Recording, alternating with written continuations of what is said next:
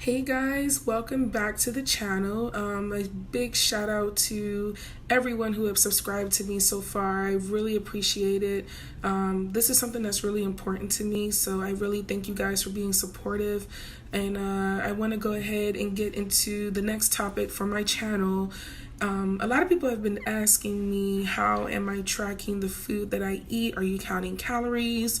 And the answer is no, I'm not counting. Well, I'll take that back. I am counting calories, but that's not mainly how I'm tracking food, if that makes sense. I'm not sure if you guys know what macronutrients are.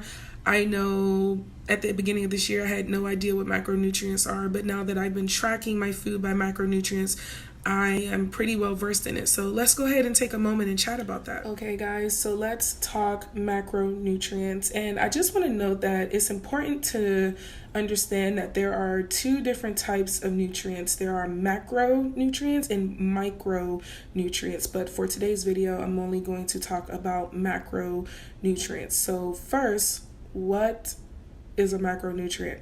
So macronutrients are split into three different categories: proteins, carbohydrates, and fats. And when I say fats, I mean like avocados, nuts, things that are like healthy fats, not like chips, soda, candy, because I didn't understand that when I first started tracking food. And I was like, why are we eating fats if they're bad for us? But again, it's important to understand that there are healthy fats out there for us to eat. So again, macronutrients are split into three categories: proteins, carbohydrates, and fats. And we're going to talk about each section and I'm going to help you understand why each one is important. So first, we're going to talk about healthy fats, because I feel like a lot of people don't know what healthy fats are. At least I didn't know, so I'm not going to assume that, but I didn't know what healthy fats were, so I'm going to talk about that first. And I would just like to give a disclaimer that a lot of the information I am quoting today is from naturalbalancedfoods.com. Again, the information I'm quoting is from naturalbalancedfoods.com. So if you have any more information, you can go to that website,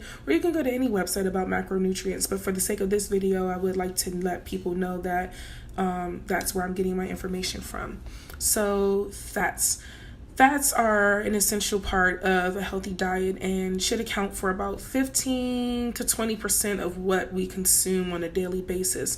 They help by improving brain development, overall cell functioning, protecting the body's organs, and even helping you absorb vitamins found in foods. So again, we can think of almonds, seeds, avocados, even olives. Those are good examples of healthy fats.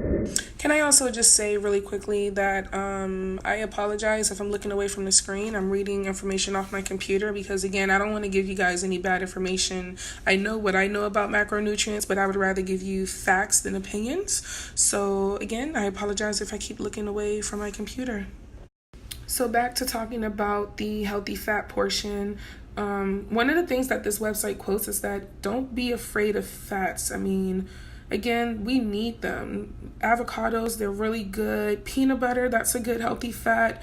Sometimes if I want a quick snack and I need to eat something, I'll take a scoop of peanut butter or I'll eat it on a rice cake. So again, don't be afraid of fats. Healthy fats are needed, and you'd be surprised at how good your body would feel after feeding yourself those healthy fats and giving yourself that energy that is needed. So don't be afraid of it. It's totally fine. There are plenty of resources on the web about healthy fats and different ones you can choose from. So again, if you have any questions, any concerns, feel free to comment below. Well, I don't know what I can do about your concerns, but if you have any questions, feel free to comment them below. I'm more than happy to do some research for you and find the answer for you. Or you can go online and just type in healthy fats or look at micronutrients by itself. Okay, so now we're going to move on to the protein section of the macronutrients. And I think majority of us know what proteins are, but for those who don't really know like the deep information about protein, I'm going to read it from naturalbalancedfoods.com. So protein is essential for repairing and regenerating body tissues and cells, a healthy functioning immune system, and manufacturing hormones. This wouldn't be possible without amino acids, which are found in protein-based foods.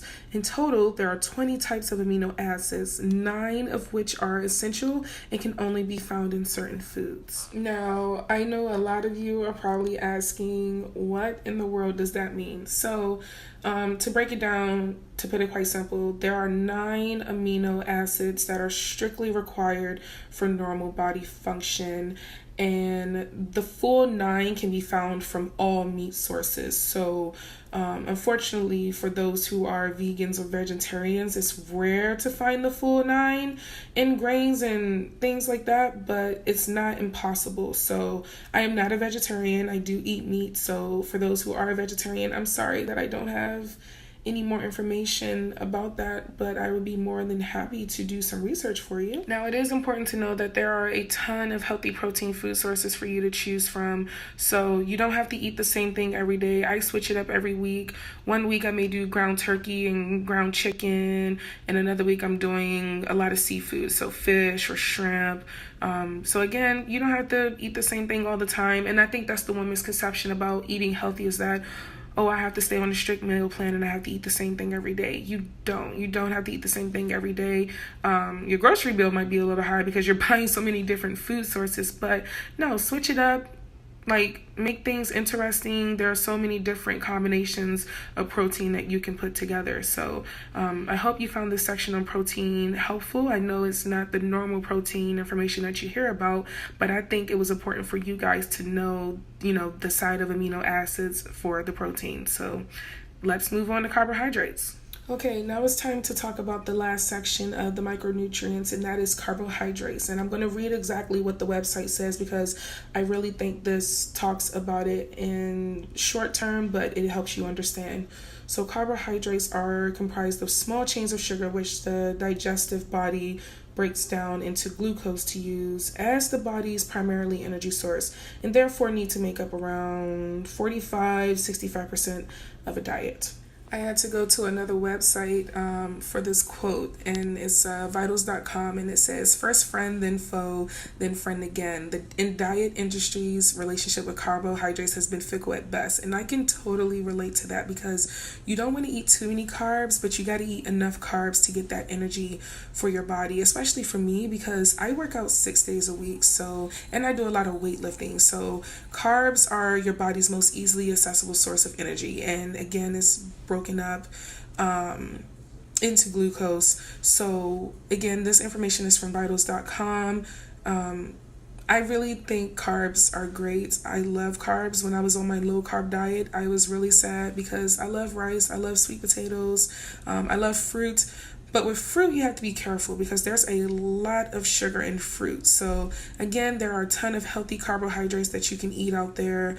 There's some bad ones like pizza. That's a lot of carbs. And not to say that you can't ever eat pizza again, but you just want to be very careful and eat the bad foods in moderation, as I would say. So I'm going to sum up this video with a few more facts about macronutrients. And again, I'm quoting naturalbalancedfoods.com. Got to put that disclaimer in there. Each macronutrient is almost always found in every item of food, whether that's a healthy snack bar or a raw vegetable. The only difference is how the macronutrients are balanced. So again, remember, proteins, carbs, fats. As an example, the nutritional composition of an avocado is generally made up of 75% good fats, 20% carbohydrates, and 5% protein. Therefore, it's clearly a fat-based food. So again, one of the good ways to know what's in your food is by tracking things in MyFitnessPal. MyFitnessPal will allow you to see exactly how many fats, proteins, and carbs are in that food item that you're eating. So the trick is to understand how each macronutrient plays a different role in the body and tailor your diet or healthy lifestyle accordingly. So again, so much information out there about macronutrients, but it's all about doing research and knowing what fits your body the best. Well, thank you guys for watching this video. If you enjoyed this video, give me a thumbs up. If you didn't like this video, I guess that's okay too, but I really hoped you enjoyed it. Again, I wanted to give you a lot of facts instead of my own opinion because I think there are a lot of good information, a lot of good sources out there about macronutrients, but I just wanted to break it down to you and let you know this is how I track my food in MyFitnessPal every single day. I try not to miss a day without tracking my food, because if you're wondering, why you're not losing weight or why you're not having energy or anything related to your health, it's important to know what's going into your body. So this is why I find it important to track food every day. Again, any questions, just comment below or give me a thumbs up if you like that video. But I will see you guys in the next video. Thank you so much for watching. Bye, guys.